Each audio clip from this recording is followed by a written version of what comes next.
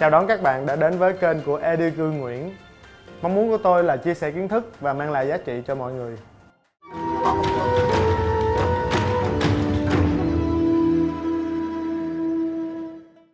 Ngày hôm nay chúng ta sẽ làm một món tonkatsu, còn gọi là thịt heo chiên xù.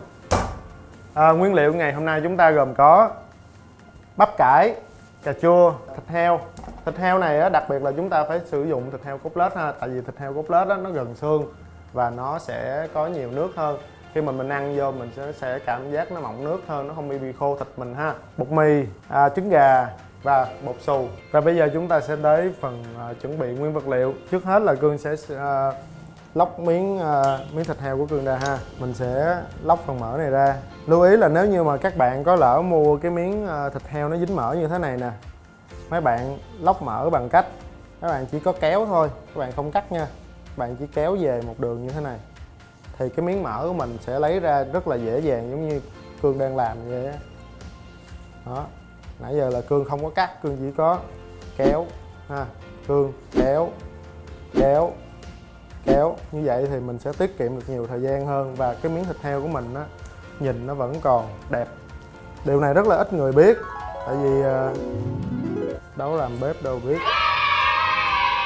Phần mỡ này là trong bếp Nhật á, người ta sẽ sử dụng mỡ này để mà nấu nước dùng ramen chứ người ta không bỏ đi.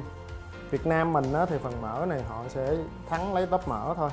Tôi tiếp tục tôi lấy cho hết mỡ ra.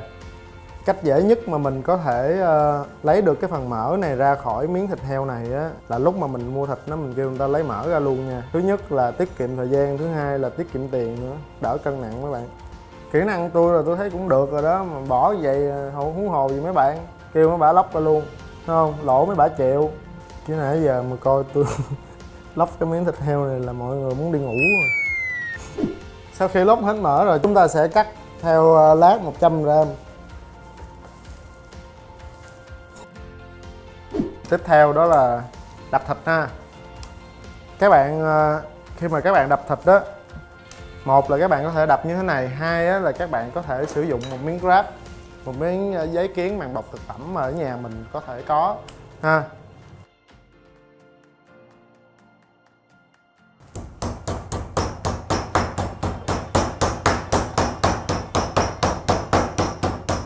Khi mà mình đập thịt đó mấy bạn lưu ý là mình không có cần phải đập cho nó dẹp ra, hoặc là các bạn thỏa sức các bạn đập. Mình đập mục đích là để cho nó mềm ra thôi ha. Lực không quá mạnh, không quá nhẹ, không cần phải đập nó dẹp. Rồi, như vậy thôi nha mấy bạn. Nếu như mà dẹp quá, khi mà các bạn chiên á, cái miếng thịt của bạn sẽ bị khô. Rồi cứ như vậy mà mình đập hết những cái số thịt còn lại.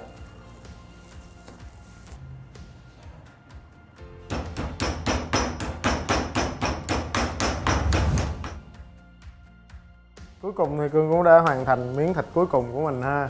Các bạn có thể để ý là những miếng thịt heo của Cương á, là hoàn toàn không có mỡ. Bởi vì mỡ á, phương pháp mà nấu mỡ heo á, là mình phải ít nhất là mình phải nấu chậm, hoặc là mình chiên lên để cho nó ra bớt mỡ. Còn mà để mà dính miếng mỡ trong miếng thịt heo này mà mình đem mình chiên ngập dầu á, thì cái mỡ nó nằm ở trong đó và nó rất là tanh, cho nên á các bạn cố gắng lấy hết phần mỡ này ra. Công đoạn tiếp theo của mình á là mình sẽ lăn qua bột mì, sau đó qua trứng và bột xù. Cương sẽ đập trứng gà ra vào trong cái tô này ha. Cương chỉ cần 2 trứng thôi. Ui.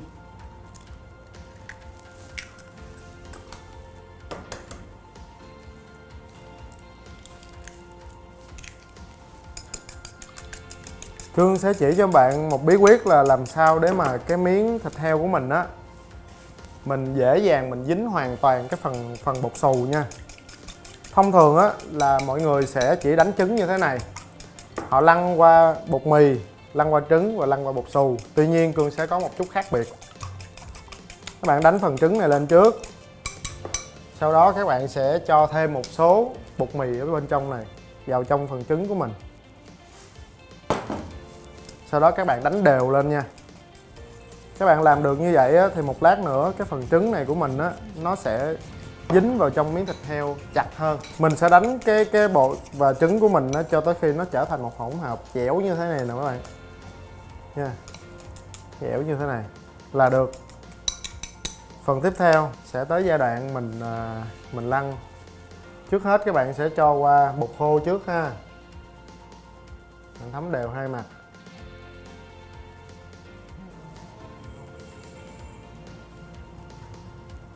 Làm cái này là để dễ dàng á, thì các bạn sẽ cho một tay ướt và một tay khô.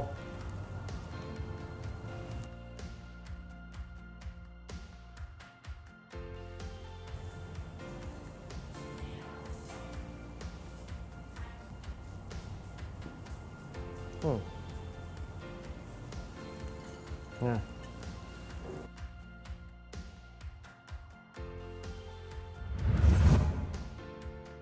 Sau khi mà mình làm xong phần thịt của mình rồi ha, mình sẽ tới công đoạn mình xắt mỏng cái bắp cải này ra. Khi mà xắt mỏng bắp cải này á, các bạn chuẩn bị sẵn cho mình một cái thau nước lạnh nha. Cắt cái cùi ra ha, cùi này mình sẽ không sử dụng được. Rồi, ok.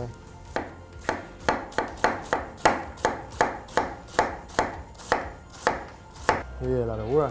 Bắp cải này là dùng để ăn kèm với món tonkatsu, và mình bỏ vào trong nước đá lạnh này để cho nó giòn hơn ha. Rồi mình cũng cắt trước phần cà chua. Món này á, mình sẽ ăn kèm với lại sốt tonkatsu. Sốt tonkatsu á, thì Cương sẽ hướng dẫn cho các bạn làm sau. Nguyên vật liệu chính của mình đó chính là trái cà chua này luôn ha.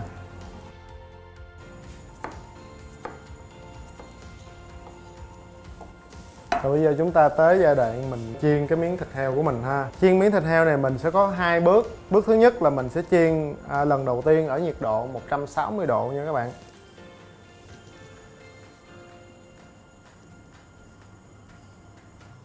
Mình sẽ chiên miếng thịt heo này ở nhiệt độ 160 độ trước cho tới khi nó chín trong vòng 3 phút nha. Và bây giờ là miếng thịt heo của mình nó đã xong bước thứ nhất rồi, mình có thể lấy ra. Khi mà các bạn lấy ra, các bạn để cho cách mặt dầu khoảng 1 cm nha, để cho cái hơi nóng của dầu á nó lấy cái dầu bên trong ra luôn ha. Lúc này á, cái miếng thịt heo của mình nó có màu vàng nhạt. Chúng ta sẽ rest ở đây 5 phút. Rồi nhiệt độ của mình bây giờ đã đủ 180 độ, mình sẽ chiên lần thứ hai.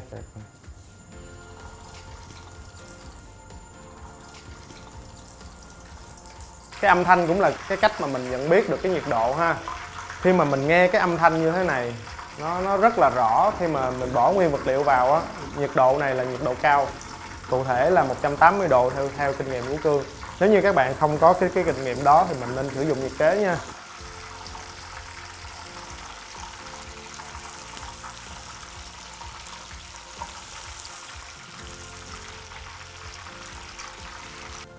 Và bây giờ chúng ta sẽ tới phần trang trí món ăn nha.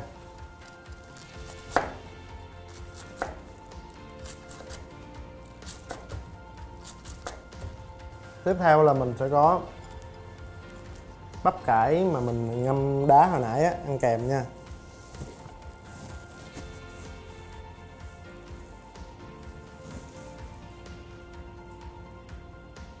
Và cà chua.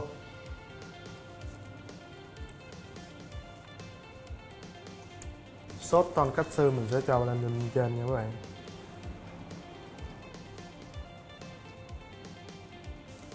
Xanh xanh đỏ đỏ cho em nhỏ nó mừng.